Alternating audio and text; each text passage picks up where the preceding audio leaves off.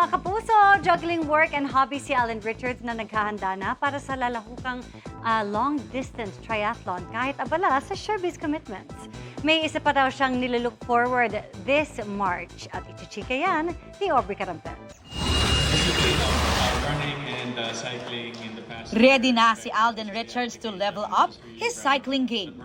Dahil sa March, sasali si Alden sa isang long-distance triathlon sa Davao. Excited ako and I don't know what to feel kasi parang I need to train for this and kumbaga parang ito yung isa sa mga ways of showing yung cycling journey ko na kung paano siya nag-benefit all throughout my training days. Team relay ang sasalihan ni Alden kung saan makakasama niya sina Nico Bolzico at Will Dasovich. Si Will ang nakatoka for swimming, si Nico ang running, at si Alden naman for the cycling leg.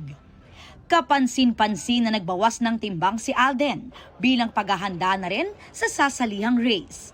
Kahit nga raw abala rin with other showbiz commitments.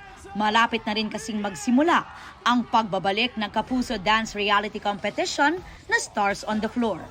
There's always time for everything and hindi kasi biro to participate in big races like this, and Ironman is a very well-known race franchise globally.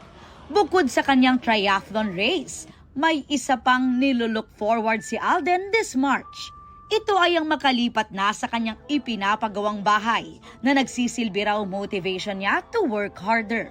Nag-start din kasi ako late last year, mga Q4 for the construction, and right now nakikita-kita naman nila din yung snippets na I've been reposting the progress of my house. So I'm very excited, something to look forward to at the same time. Parang isa rin yun sa mga reward ko sa sarili ko with all the hard work that I've done in the past years.